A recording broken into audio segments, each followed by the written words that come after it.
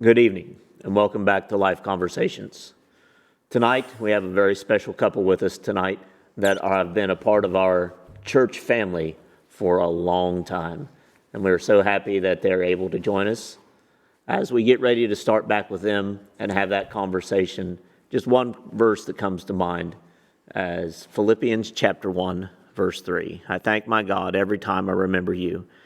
In all my prayers for all of you, I always pray with joy because of your partnership in the gospel from the first day until now. As just reading those words of Paul to the Philippians, it was such a blessing for him to have that joy of remembrance as we do tonight with both Jamie and Mandy Smith. It's great to have you with us tonight. When you see broken beyond repair, I see healing beyond belief. When you see too far gone, I see you one step away from home. How many times can one heart break? It was never supposed to be this way. Look in the mirror, but you find someone you never thought you'd be. Oh, but I can still recognize the one I love in your tear-stained eyes. I know you might not see him now, so lift your eyes to me. When you see broken beyond repair, I see healing beyond belief. When you see too far gone, I see you one step away from home. When you see nothing but damaged goods, I see something good in the making. I'm not finished yet. Oh, when you see wounded, I see mended. Yeah, it's good to be with you. So you've had a long journey to get here, right? That's for sure, yes. Get back here anyway, we will say that. Yeah. So you're back in the States. You were in Zambia for how long? A little over 8 years. 8 years. Yep. 8 years. Wow, it just seems like time flies. I remember the days when we were sending you there from here, this was your pit stop as you were making your way to there. So 8 years there, and now you're back in where? We're in Merrimack, New Hampshire now. Merrimack, New Hampshire. Big change. Enormous change, yes. Don't have to worry about the rainy season anymore. No more rainy season, no more malaria carrying mosquitoes, just regular itching mosquitoes now. Oh, yeah.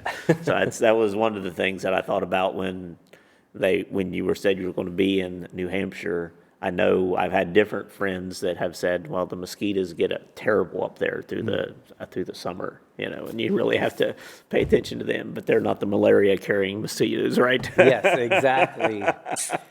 And that's a huge relief. Malaria was our biggest challenge in Zambia. In 8 years' time, Lorelei and I had it the most. 41 times for me, 42 times for Lorelei. Mandy had broken into the 30s before we done. Yeah, I think it was 32. Enough. Yeah. Wow. And Warwick and Georgia both had it several times. They've had it, but not as much. I think Warwick, maybe 17 at the most. Wow. Yeah. And it just, in the different updates that you always gave, I never saw that. I knew the numbers, and I knew you guys struggled with that, but it was always, you never focused on that, and it was always the updates of how the church was going and how things were going, which was great, and so having you back in the States is wonderful, but I know you're very busy, so Yeah. this is one of your stops on a trip, right?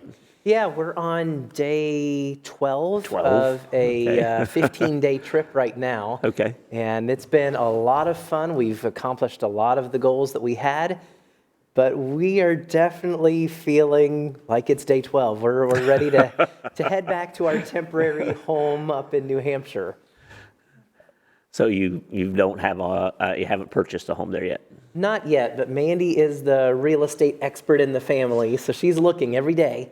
Yep. Getting online, looking at houses. We have a realtor that goes to the church up there who's been just an absolute gem, tremendously helpful. And we've really been waiting for our house in Zambia to sell before we are able to purchase here. And we are waiting for word any day now that has happened. So the Lord has done a really awesome thing there, and we're just praying it through the rest of the way. Okay, well, just like the rest of us then, if we would move somewhere, you got to sell the one you're in before you can really be able to get something else. So I really hadn't thought about that, but you've got somebody over there interested already? Yeah, we actually had 3 different ministries that were interested in buying it, which is nice because selling a house is hard enough. But Sure. when it's an international sale, if we sold it to somebody who was not based in America, trying to get money from one country to another is very complicated. Tax-wise, it can look like something shady's happening when in fact it's just selling a house. Right. And so, yes, thankfully, 3 different American-based ministries were interested in it.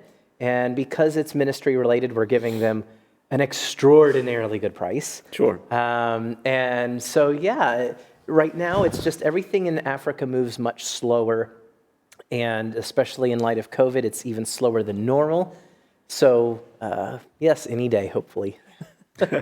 I can't help but think about it. The very first thought that come to mind when you said an international sale like that was that junk email that you get when somebody says, "Hey, I'm so and so, and I've got this money. I just need to get out of wherever over into my bank. Can you help me with that?" Yeah. I was like, "Holy cow!" I guess that it would be almost that bad, wouldn't it? It would, and you can only bring so much in person with you when you enter the country legally.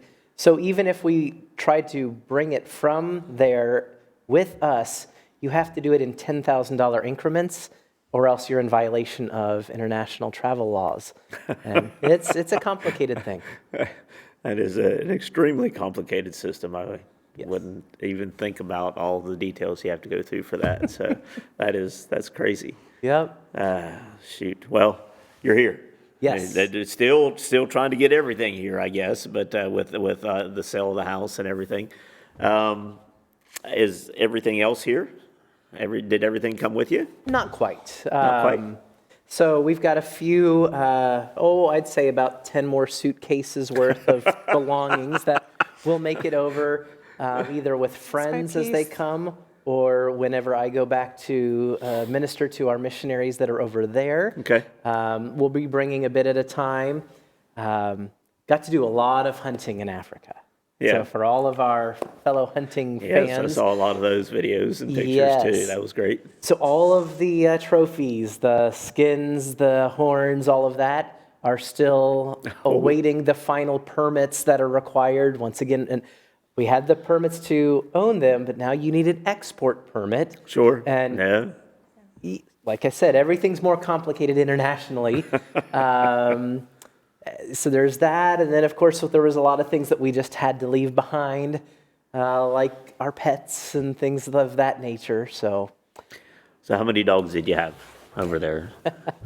We had 4. 4 dogs, right? And I remember the one of the very first posts that you had made about having the dogs was for the snakes, right? Yeah. And how it had basically saved Work's life. Mm-hmm. About when just recently getting the dogs and having that happen. So they're amazing animals, right? How hard was that? Those dogs represented so much more than just pets. Sure. When you are living internationally like that, they are the most loyal guards you can get. You can hire a security guard, but if you had a problem, the security guards are usually in on it. Yeah.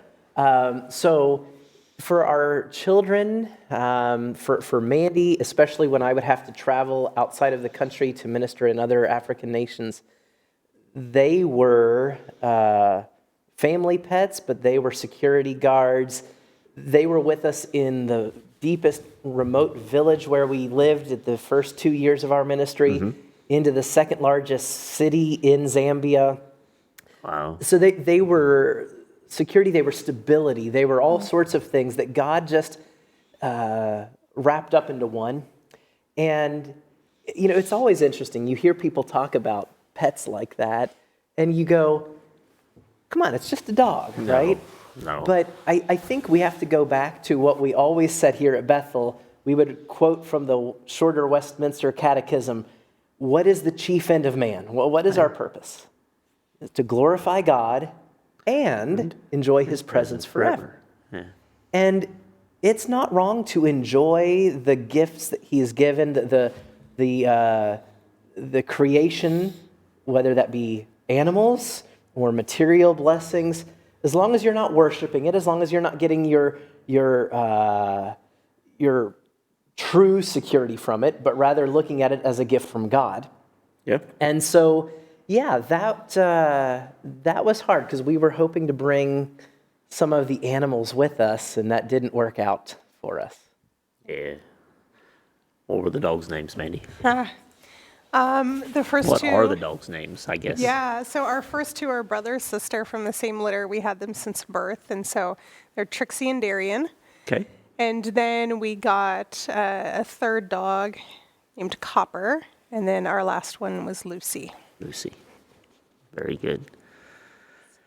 And And they're you all around that 8 years old, No, 6, 8 years old. The first two we were born shortly after we got there, so they're 8. Right. They're half Ridgeback, half Black Lab.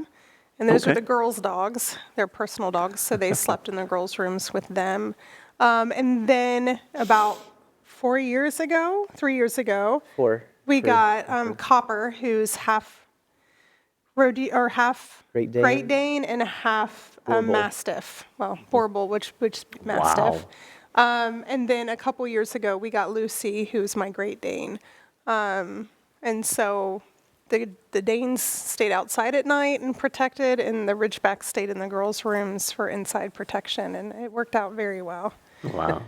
So So those are big dogs. they're all big dogs. Yeah.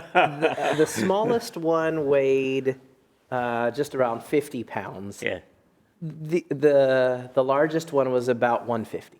Yeah. Yeah, and you're right. I mean, the ones that were so good at hunting the snakes, they had protected us from spitting cobras, black mambas, Wow. the vipers, all sorts of stuff. So that was great. And then the big ones were the great guards for when thieves did try to break in and steal, and the big Mastiff Great Dane. Yeah. Whew, Did that happen? it did happen. Really? How many? Just once, twice? Well, it happened. There were 3 attempts, 1 successful, 2 unsuccessful. And Oh, wow. yeah, that one was a great story. So the first time, we heard the dogs barking, but we didn't know what was going on. And the thieves there are very good. If they put as much effort into work as they did into these schemes, they could be extremely wealthy.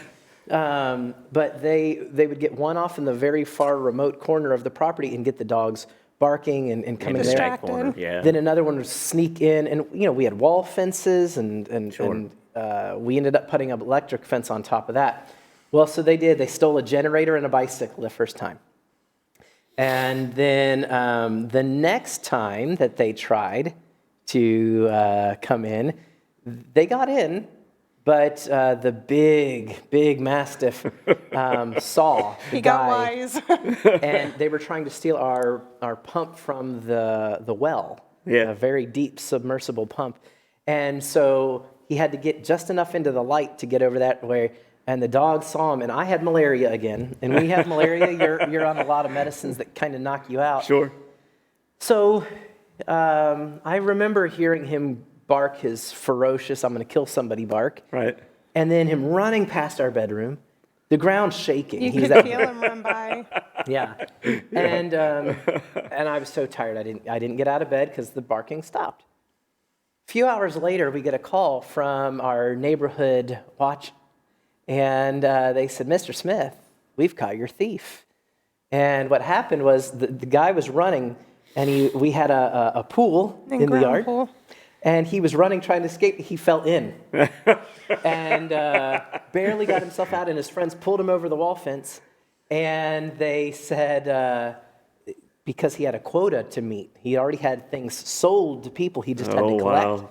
So he goes and he tries to steal from the neighbor who was having a funeral. They had already had, Oh, my this is the gosh. second death in the family in 2 months' time. So they've got about 70 mourners there, all distraught when he comes over their wall fence, and they grabbed him and beat him severely. And he's soaking wet. So when the neighborhood patrol shows up, they said, why is he wet? Well, he was wet when he got here. And they said, we know where you've We been. know where you've been. So they took him to the police, and He wasn't talking. no.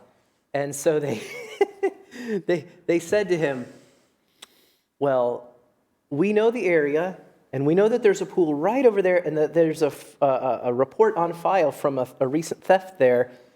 We believe you were there, and the man slipped up. He said, the police officer says, but there's no way you could have done that because we know those dogs. They would have killed you.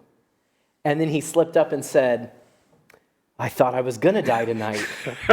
And they knew that they had caught him, so they said, well, that can still be arranged. Tell us everything. They or we're just toss throwing you you back in with the over." dogs. So he told him everything, and yeah. Wow. That's crazy. Yep. Yeah, so the dogs have served you well. Very well. Very well. And it's I completely understand that the animals that you have, whether they're dogs or cats or horses or goats or whatever you have, you can get so close to them that they're family. I can't even imagine having to leave them behind. Yep. So my wife is very, very attached to ours. We've got three Jack Russells in the house, and it's like where one goes, if one lights off, they all light off. Yep. And if I'm home and she comes home, it's like, well, I can't hear nothing for the next 5 minutes while they sit there and howl, Yep. She would be absolutely distraught if anything ever happened to those dogs. So it's crazy, and hopefully you can find some more and bring back into your family that joy that they bring, because they sure do. Yep. Okay. That was actually one of the hardest parts about moving back for the children. Oh yeah. I mean, for all of us, but for the children, because they had been the ones that had been with them and protected. And since in the past you were able to bring pets on planes with you, we had even told them, we're going to bring hers with us. And all of that changed just about 2 weeks before we moved. Yeah. Wow. There's no way you can fit her in one of those suitcases that you're planning to bring home later. No. Great Danes don't fold up small. Yep. Wow. So, but yeah, we've already told the kids, as soon as the Lord provides a house for us, our first purchase will be a puppy. Yeah. So we said, we don't need a couch, we just need a puppy. So You got to get the priorities right. That's And right. Those are pretty good priorities right there. There's no doubt about that. So Lorelei, Georgia, Warwick, and Chola. Mm-hmm. How are they adapting? How are they doing with this change? yeah, it's a process for sure. We did as much prep work on the front end, Sure. preparing them, as all of us as a family, just for the changes coming, and helping them to know that what we're stepping into is difficult, and it is a process, and we can't avoid the process, but we can walk through it successfully, and the Sure. Lord can help us come out stronger on the other end.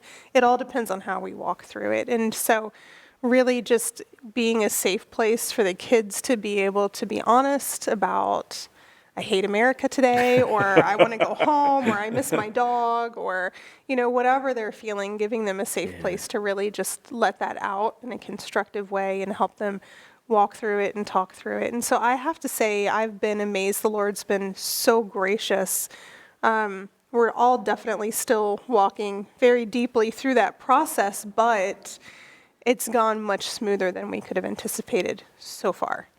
So, it's going to be a long process, but I mean, the Lord's good in it. And so walking through the process, you do know the Lord differently, and you see him differently as he meets needs, or as he just speaks to your heart, or reveals himself to you in the ways you need to see him to step through that next step of the process.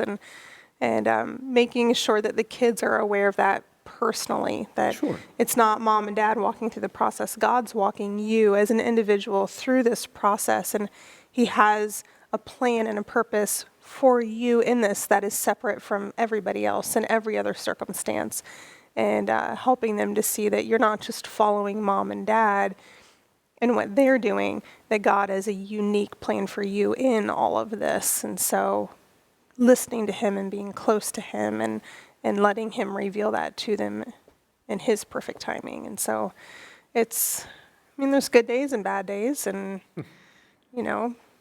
we just keep saying we just got to love each other, shower each other in grace, and just keep looking to the Lord, and he's going to walk us through it. So Yeah, with his guidance, everything becomes manageable. I won't say easier, but certainly manageable, right? Yeah. And when he opens doors and changes things that we would never think about, or lays out those paths ahead of us that we would never think about even needing to take those steps sometimes. Yep. So we hear a lot from missionaries about preparations for going across out of the country, right, out into a foreign land and learning language, and and even when the things that they're going to have to be aware of and stuff. We don't hear a lot about coming from there back to here, right? So and I know Lorelai and Georgia were probably a little older when they went over, and Warwick was still very young when you all made the trip, and it's got to be such a huge change of how they have to do things, right? Right, and so kind of the process that they have to go through. Is there anything special that they have to go through to change any culture shock, any relearning or not relearning, or learning what it's like to be in a completely different culture? Yeah, absolutely. So the topic has a title to it, in fact. It's Reentry. Okay. And way back before we went, it was in 2011, for the missions conference here, we actually had the theme of serving as senders. Okay. And I remember really well, there's a book that we had promoted here that many people ended up reading by that same title, Serving as Senders. Author Neil Parolo from SIM had written it. And it talked about the various ways of support. Moral support, logistics support, prayer support, financial support. Right. And the very last chapter was on reentry support. Okay. How does a sending church actually help missionaries who are returning to their original country of citizenship? Yeah. And the reality is, whether it's the children or us, this isn't home anymore.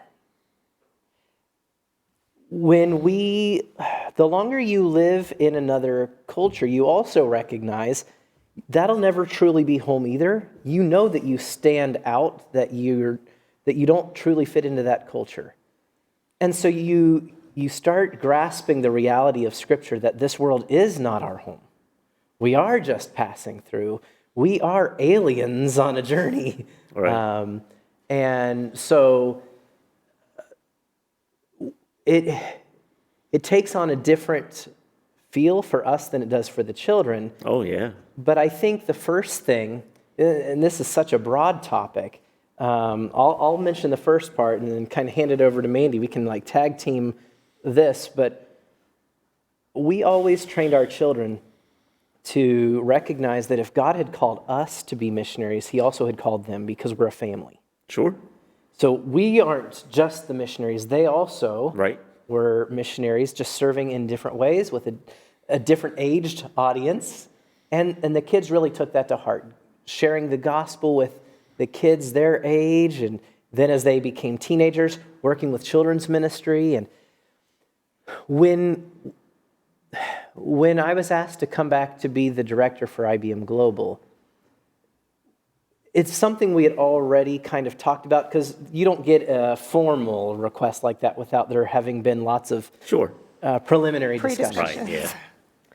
So when the official call came from our previous director, I walked in, told Mandy, and then that very night we shared it with the kids. Okay. And we said, this is a decision that the Lord has already made. Yeah. We don't know if it's yes or no, but we know God has a plan in it. And all we have to do is discover what God already has determined. Okay. But we're going to do that as a family. And so what we did is we started working through the Experiencing God Youth Edition, so that we could be working through those kinds of decisions from a biblical perspective. We're doing the Bible study, and every 2 weeks within that, we would ask them 2 questions. The first one was, what do you feel about this? How does this idea make you feel? What do you think we should do? Sure. And then the second one was, now what do you think God wants us to do? Because I think sometimes we want to just rush to the second one and say, well, Lord, we have to obey. But the reality is, it does affect you. Absolutely. And if you try to stifle that, it's going to either... Eventually it comes out. It comes out. It's going to Yes. erupt. Absolutely. Or they can bottle it up until the bitterness really erupts years Exactly. later. Yeah. But one way or another. You drugged me through this. You know, I didn't say it then, but you drugged me through this. So, wow, yeah. So that was at the beginning of January in 2020. And by the time we reached March, so about 1 year ago right now, because it was around George's birthday, and that's next week. So I remember us having a real breakthrough, because when we got to the second question, there was a lot of, I don't know what God wants, I don't know. But by the time we got to that one, it was unanimous. Each child, some of them said, I like the idea, and I believe it's what God wants. Others said, I still don't like it, but I know this is what God wants. And it was unanimous around the room. This was what God was leading us to do, but we were all at different stages of acceptance. Yeah, yeah. So when you say that, each one that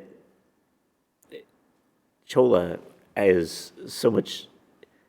That was, Africa was where he was born, and now he is in your family, and I can see him having a completely different perspective, maybe just a little bit. Does he?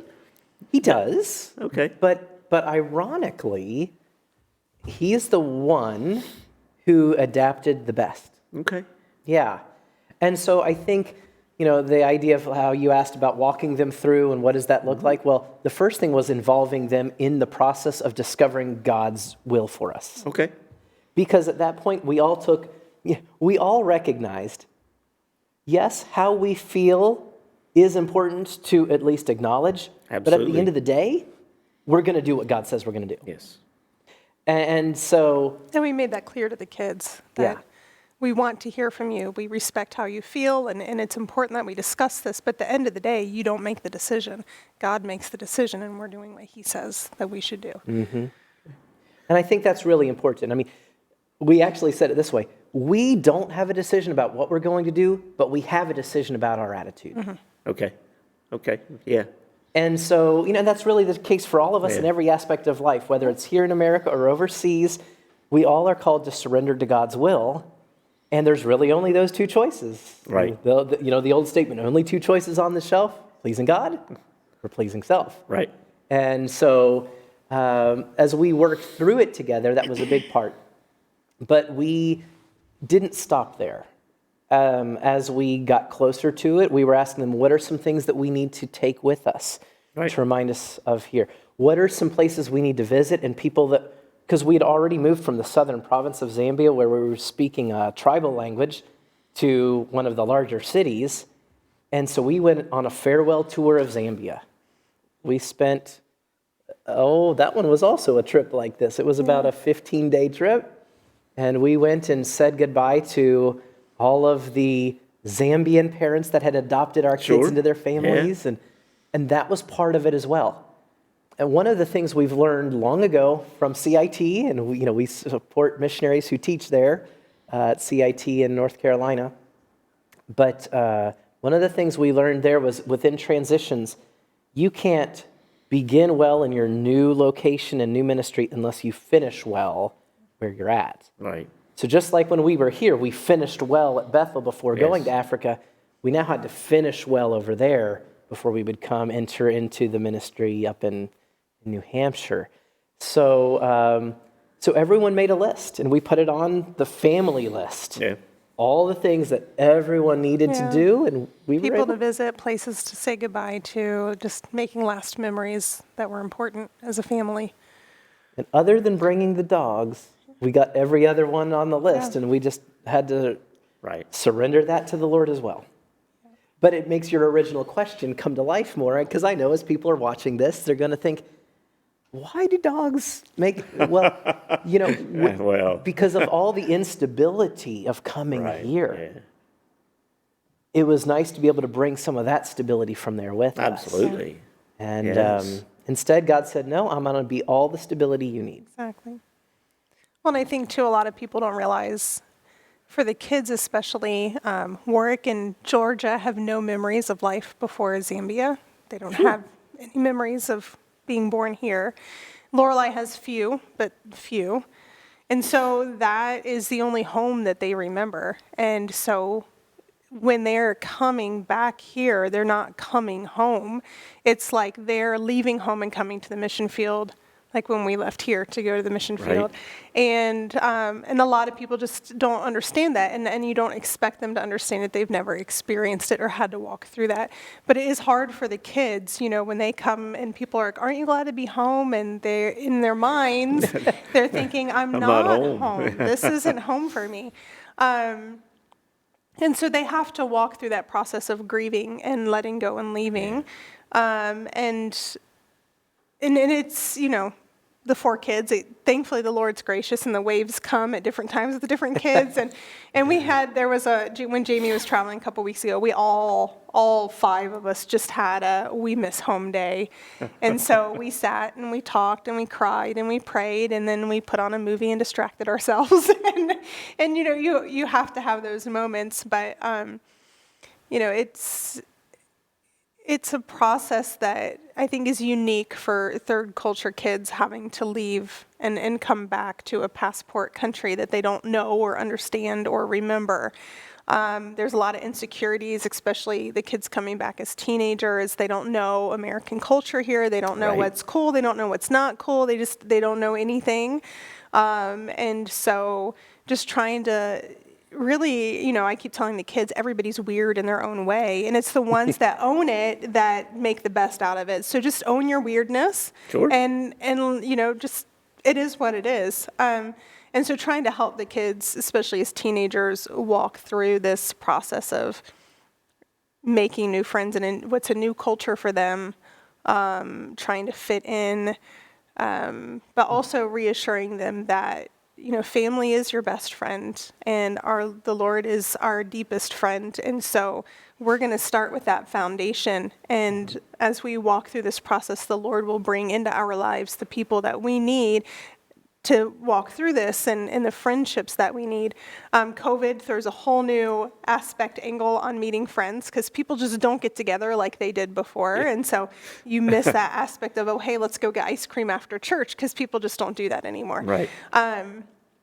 So that's been especially on my heart this last year and few months, ever since January when we got that call, and I started praying kind of proactively that if this is what the Lord has for us, daily my prayer has just been that the Lord would provide one good friend for each kid who would accept them for who they are and love them well and point them to Christ. And so in faith, knowing that in His perfect timing, the Lord is going to provide that. But in the meantime, the waiting for that is hard. Absolutely. So Lorelei, Georgia, Warwick, and Jola, how old are they now? Lorelei is 16. 16. Georgia will be 14 next week. Yep. Warwick is 12, and Jola is 11. Okay. So that just helps me put in perspective their ages when you went. right? And when Yeah. you say of not having really any memories of life in America, that it's easy to understand that. Yeah, they were right? 4, 5, and 8 when we Right. left. Yeah, and it's And just what's interesting is most of the memories that, like, for example, Georgia, she'll remember us telling her about things. yeah, okay, But she can't remember experiencing them much. Every time we come back to Bethel, she goes, I remember the stories of how I was back then. She was a strong-willed little thing. Yes, she was. And, but of course she loved being here. This was where she was the celebrity. She would walk out to children's Her church waving with her She called them princess her wave. people. Yes. I'm going to go to church and see my people. But Lorelai, she does remember it, and yet she said something on our way home after church today. She said, you know, everybody's sharing how they knew me when I was a baby and how they watched me grow up, and it is special. They know that me, right. but that's not the me I am today, and they don't know the me I am today other than a few people like Teresa, who came over to visit us in Zambia, and Tammy, and we've been able to maintain connections with the Blakes over time with some video calls, and Curtis and Julia, different ones that we were able to stay in touch with through technology. Right. And what that shows, once again, is this church did a great job serving ascenders, right? Staying in touch that way. So a few people have seen the progression. And yet a lot of them, when they talk to her, and she goes, oh, I just wish I could go home, they're thinking here, or they're thinking New Hampshire. But she's like, it's Africa. Africa's home. Right. And they just don't get that. Right. And then when they see that I'm sad, they want me to not be sad. But if I'm not sad, then it didn't mean as Right. much to me as it should have. Yes. And she goes, I wish everyone could just know that, yes, I want to be happy about being here, and I am, but I can be sad about missing there at the same time. Absolutely. Yeah, And Homesick. right. very much. Very And- much. It's homesick. It truly is. Yeah, and it's hard. Like the kids, they'll have a day. They say, I just want to go home. And I say, I completely understand that, but this is home. And there is a conscious decision, even for Jamie and I, there's a conscious decision to accept that. Yes. And trying to teach the kids that accepting this as home is not doing dishonor to the past life that we Right. had. It's not taking away from that in any way. That still existed. That is still a huge part of who we are. But now we need to be open-handed accepting what God has for us next. And so there is a willful decision to start thinking of this as home, because there are still times where I keep thinking, oh, after furlough, when we go home. And the first time happened, I think a month after we were here. I was on the phone with my sister, and I said, well, when we get home after furlough, and she goes, Mandy, you're not on furlough. This is home. And it was like a sucker punch to the gut to have to go, you're right. I could not wrap my head around the reality that we're not going home, that this is home. And if me as an adult, is struggling with that, and it's a sucker punch to me, how much more to the kids who don't have memory of here? At least we have the benefit of our memories growing up Sure, here, right. and those types of things where the kids don't have any of that. And so how much more of a sucker punch is it to them? And it's hard, we'll be struggling through things, we'll be frustrated, we'll be tired or whatever, and then the kids come, upset, like, I just want to go home, and you're like, you are home, and having to, with grace, go, okay, let's talk this out, and let's pray this out and process this together. So to come back to the original question of how are we helping the kids and how are they dealing with it, that's not a simple question to answer. No. I would say if we were to rate them as far as how they're managing the transition, which ones are finding it more difficult than the others, the answer would probably surprise you. The one who's having the hardest time and is unashamed to tell you that would be Lorelai. Lorelai. She loved Africa so much, even though malaria was going to kill her, that she she struggles the most because she had embraced it the most. The next one would be Georgia. So the older ones are struggling with it more than the younger ones. Okay. And Georgia is always the one who's kind of liked more of the civilization. She didn't like bugs and snakes and living in a tent and all that. So we thought that she was going to be the one who would adapt the easiest to being back in America because of its modern conveniences.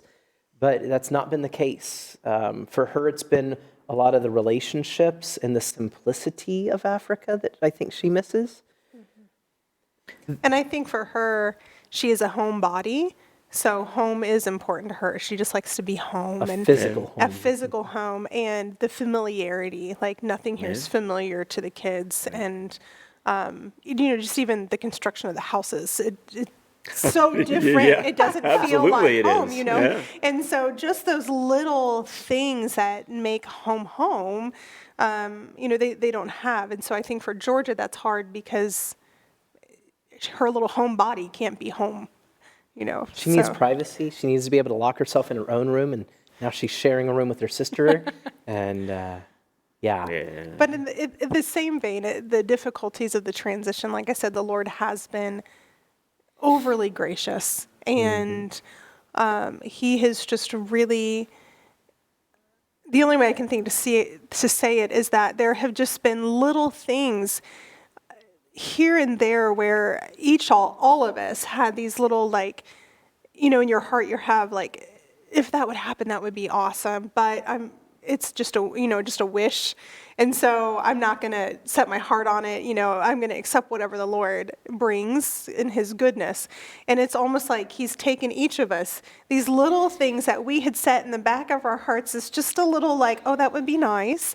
And it's like He's delighted to bring those to fruition, to where we see Him just the only way I can think to say it is He's just delighting in these little things to make these little wishes to come true, to say, I see you and I know what's in the back of your heart.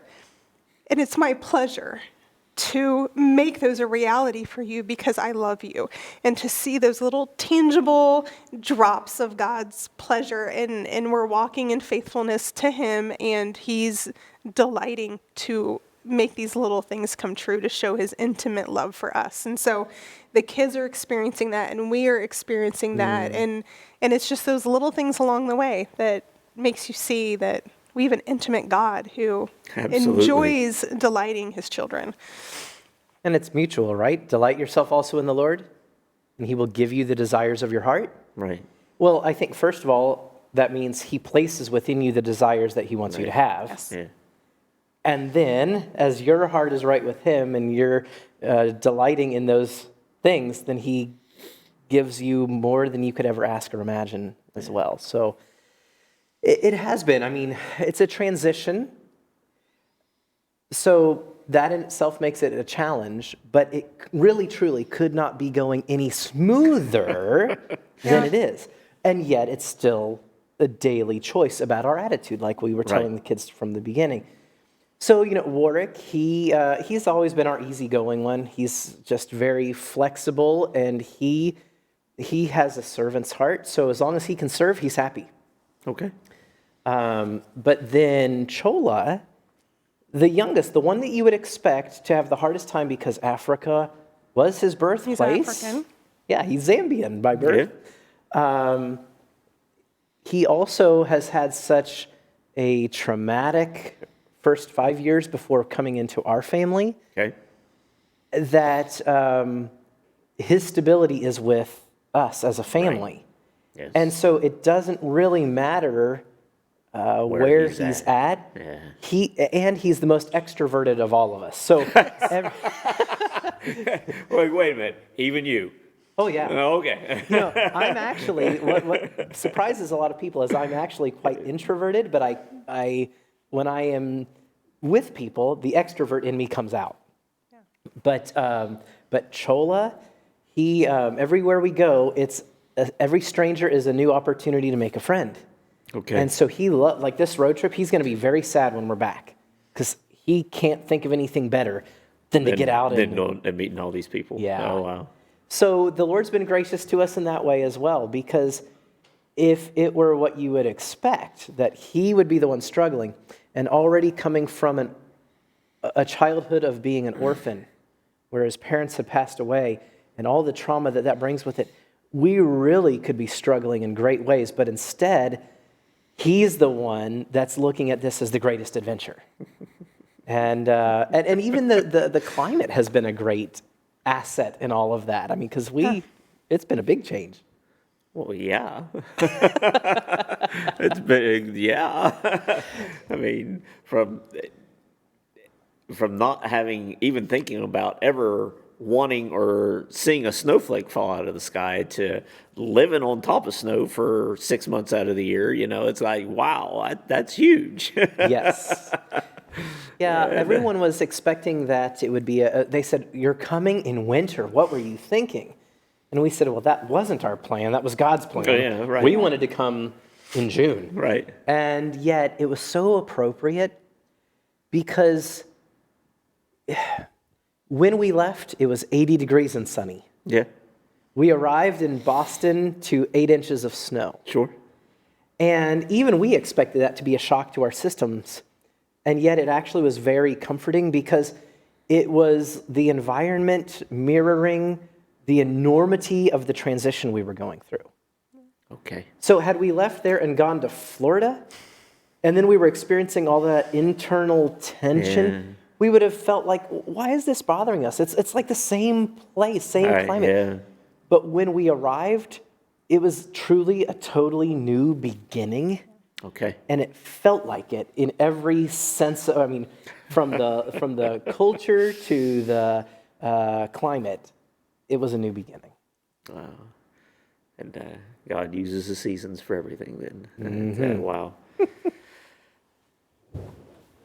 As you all are transitioning back, I know it is so interesting to hear you say that the transition from home there to this new place is just difficult, and how God has really helped you with that. How can we help you? I mean, we've focused a lot, even since you first showed up at Bethel, and you said, "Okay, this is our temporary stop. We just so you know, we're headed over there." We all embraced that, right? I think everybody here embraced that. It's like Very much. we thought, well, and I know there were conversations. They'll change their mind. They'll stay. They won't go anywhere. But you guys were set. That was your heart from the very beginning, and that never changed. And that was easy to see, and it's still easy to see. And we focus so much on trying to make sure that we were helping you as that sender, I think even from the very beginning, when we were in denial about it, we were still there to help. How can we help you now? Because it's got to be different. But I think about it differently, but I don't know that it's that much different now. How is it different? How can we help differently? Well, I'm going to echo what you just said. In many ways, it's not that very different. Right. We are going through reverse culture shock. Yes. All of us. It's actually easier for me than for the rest of the family because my new position is so demanding and has so much of diversity in roles. A You don't third have of it time is to think about it. administration, a third of it is traveling and doing the ministry in North America, and a third of it is global ministry, traveling and ministering to all of our missionaries. So because of the busyness, it's easy for me to get lost in the work of it. Like, as you've seen over the years, that's what I do, right? Sure. I dive in. And so it gives me a sense of purpose, and I don't necessarily have the time to even recognize the transition. But when I'm traveling without the family, as Mandy mentioned, it's been 3 months, and the 3-month mark is like the first 3 months anywhere new is your honeymoon period, where Sure. you're kind of enthralled with the new things. Right. And it hit everyone while I was on this trip. And I wasn't there to be with them for that, but they're sending me the pictures. And then I'm traveling going, I miss it too. But then of course I'm right back to what I'm doing. So how can you help in the midst of all that? Well, I think first of all is exactly what we're doing, to understand us. And that can only be done through a conversation. And so you've allowed us to share our hearts. And I think that's what most people don't recognize. The greatest thing you can do for any missionary who is re-entering into their passport culture is to listen. Yes. And not rush it, but to have a conversation like this that doesn't have necessarily a specific question or agenda in mind, but just how are you doing? And I'll say Bethel has been such a massive blessing in that most missionaries don't have the church that we have in Bethel. And we heard horror stories of coming back on furlough and you're sitting church just not supporting and not listening and nobody cares and everyone's wrapped up in their own world. And Bethel has not been that. When we have come back on furloughs, Bethel has just been loving and accepting and just taking care of every need they could possibly imagine we have. And it was almost overwhelming the other way, in a good way. And so just the blessing that this church is such a huge start for us, knowing that we do have a church that loves us and cares about us and wants to help take care of us that so many missionaries just don't have. So you're already doing it, but I know everyone is wanting to know what are some of the practical things we can do with this knowledge now. Okay. So I would say, although we're back in North America, we're on the same time zone, we're not here. Yeah. And I'll mention some things for me, and then Mandy can mention things for her and the kids, because it's very different. Sure. Is what you can do. So for me, help me protect my time from my own tendencies, my own self. I'm my worst enemy. Sure. Because I throw myself into what I'm doing. And so it is wonderful when people say, when's the last time you took a day off? Yeah. When's the last time you all went on vacation? Yes, the work needs to be done, but that's never been your problem. You need to balance things. Right. So following up on that, and it's easy to let that be out of sight, out of mind, since we're not right here. I mean, if I were here every Sunday, I know people would be asking that. But with phones and all the email and Facebook, I welcome those kinds of questions and interaction. I'm going to be very practical and blunt about these things. We all need accountability. Yes. And the more you're on the road away from family, the more accountability you need. Absolutely. And that's one of the things that you just look at. The higher profile you have in ministry, the bigger target you are as well. Absolutely. So look at what happened with Ravi Zacharias that's been all over the news, of a man who was one of the most outspoken Christian defenders of the faith, an apologist who later you find out was involved with sexual scandals. Same thing with Jerry Falwell Jr. And it is so easy for small things to creep in that become big things. Yeah. And my question is always, where was their accountability? Who was checking in on them? I don't like traveling away from family. That's why we're traveling as much as we are together. But it's hard on them to travel as much as I need to. Absolutely. And so praying for me in those regards, that I would guard my heart, that I would truly be the man of integrity that every Christian man is called to be, and also then to balance things out schedule-wise. So those would be the things for me. Jim Hammond does a great job on that, by the way. I mean, he sends me messages on Facebook Messenger, and how about your devotions today? What'd you read? Good. And that's the kind of thing everybody needs. Now, if I can't answer everyone, that's the other flip side to it, right? Because what if I get a bunch of people asking?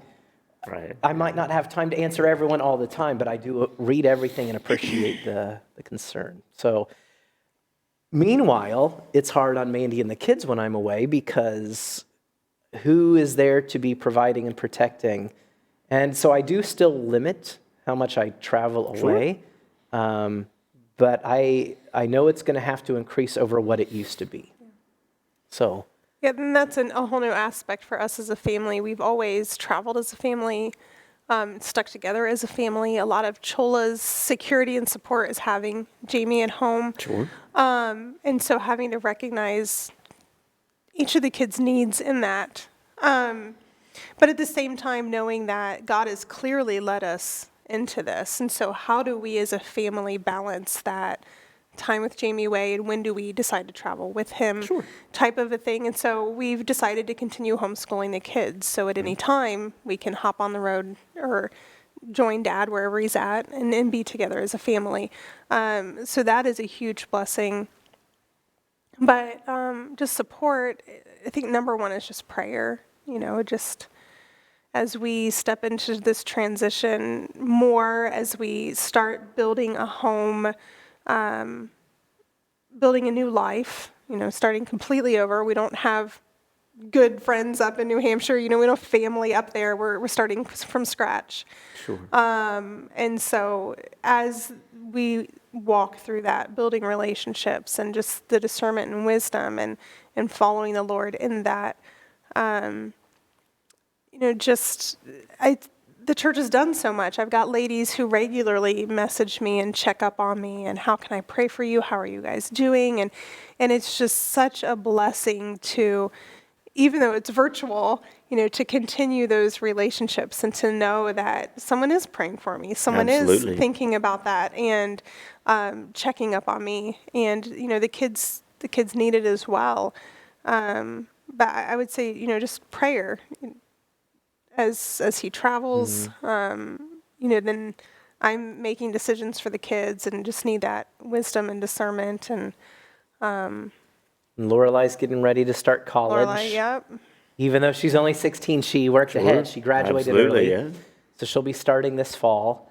And that's a whole new transition. And if she's the one having the hardest time with acclimating here, you talk about adding another thing into the mix. Yeah, we're giving her the option if she wants to wait another year because she is young and this is a lot of transitions. Sure. But if she does feel like the Lord wants her to go, then we're going to support her in that in every way we can. So I think, there are people who are doing that, who are speaking.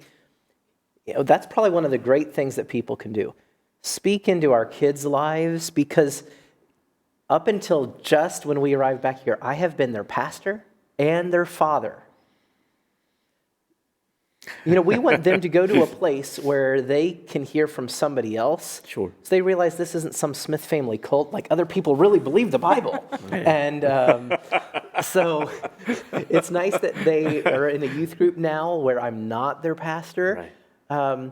But just talking to them, letting them talk to you, being a voice of wisdom and counsel outside of the family that echoes what you're already saying. It's basically doing for our kids what we did for your kids. Absolutely. I think of your children exactly in particular. What you did for mine, yes. And I think, wow, that was such a privilege for us. When Stefan sent us the wedding invitation all the way from here to Africa, we got the actual hard copy. Absolutely. That meant so much. We wanted that too. Yeah. And that's the same kind of thing. It's things like that mean a lot to our kids. When somebody says, "So how are you feeling?" You have to draw it out of them at first, but once you get them talking, they would love to open up. And because we don't have a lot of close people up there yet, once we have a house where you can actually come and stay, it would be great to have people come up and visit us now that we're on the same continent again. Yeah. People that everybody knows, and restore the closeness of the relationships that time and distance just kind of separated for a while. And so, some of the times it would be great. There are times where Mandy and I need to actually go travel together to minister to missionaries and counsel them, but we can't take the whole family. Right. but we don't have anyone up there that we can leave them with yet Right. because we're still getting to know Yep. them.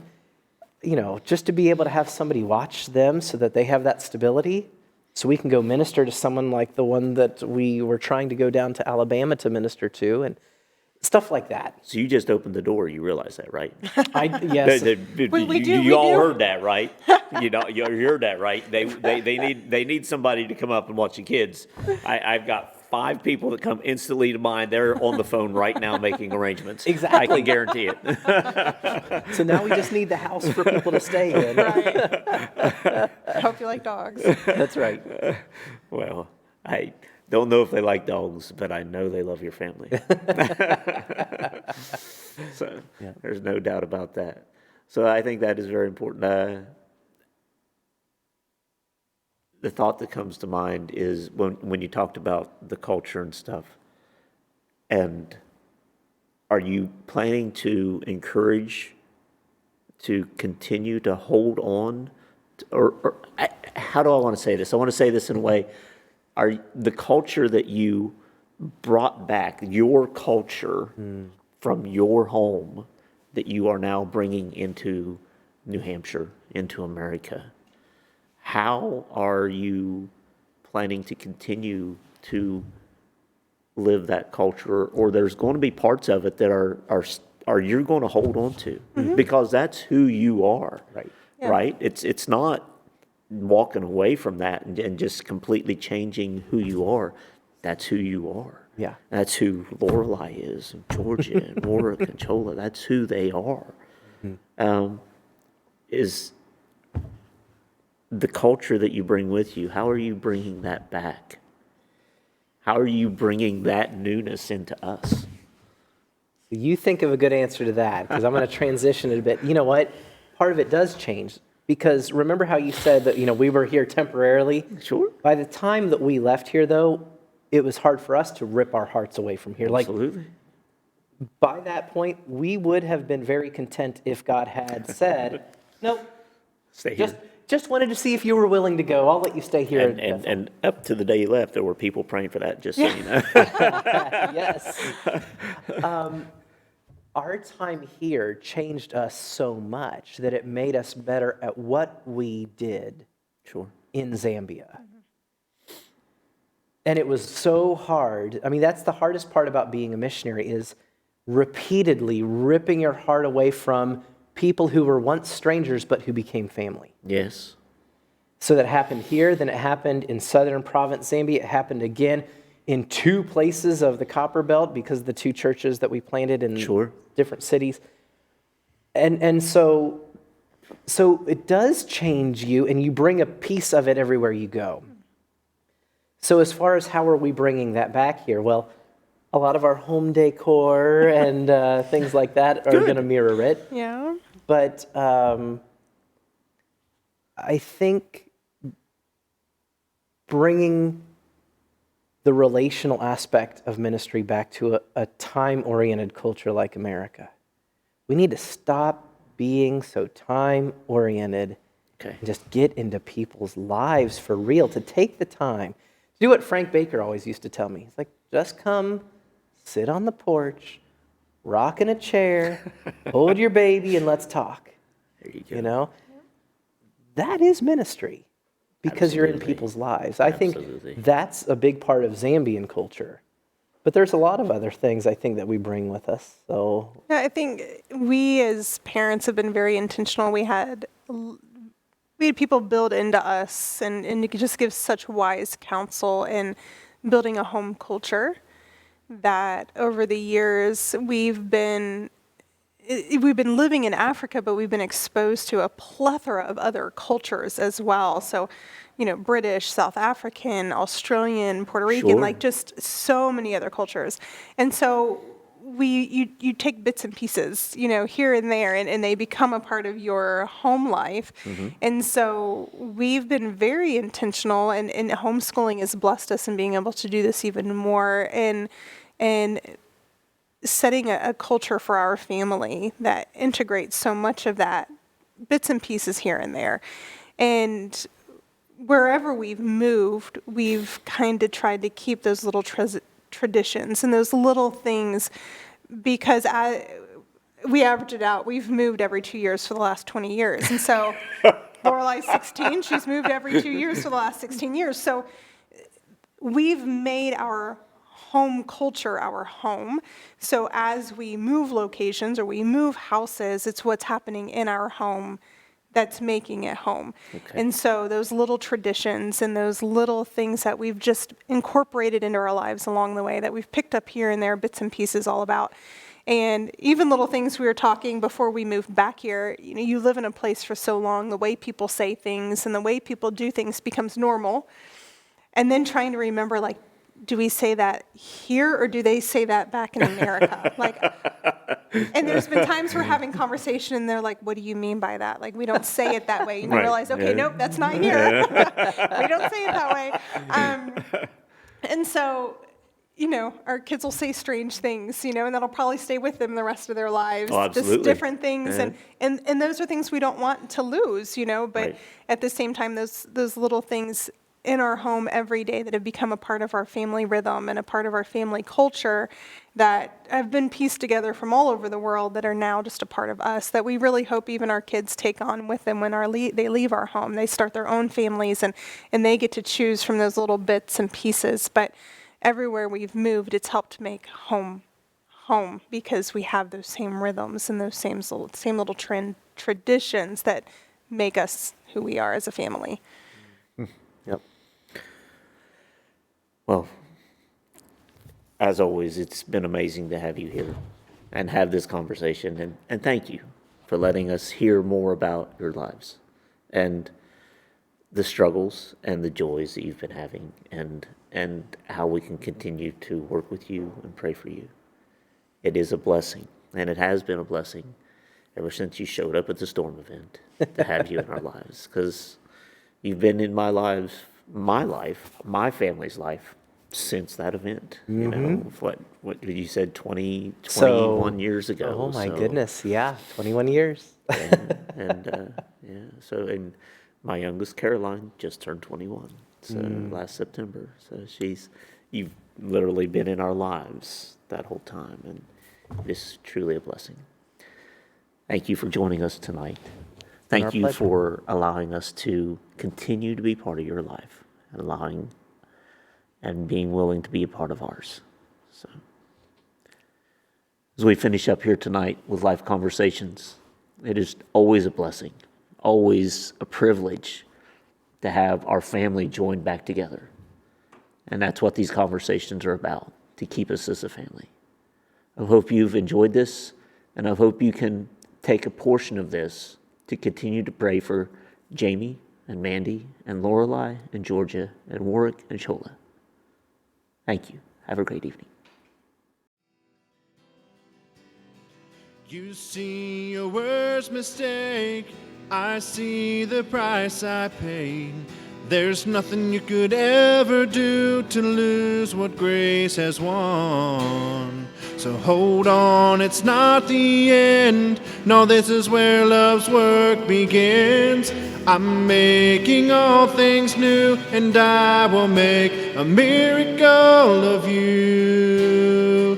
When you see broken beyond repair, I see healing beyond belief. When you see too far gone, I see you one step away from home. When you see nothing but damaged goods, I see something good in the making. I'm not finished yet. Oh, when you see wounded, I see mended. I see my child, my beloved, the new creation you're becoming. You see the scars from when you fell. I see the stories they will tell. You see worthless, I see priceless. You see pain, but I see a purpose. You see unworthy, undeserving. Oh, but I see you through eyes of mercy.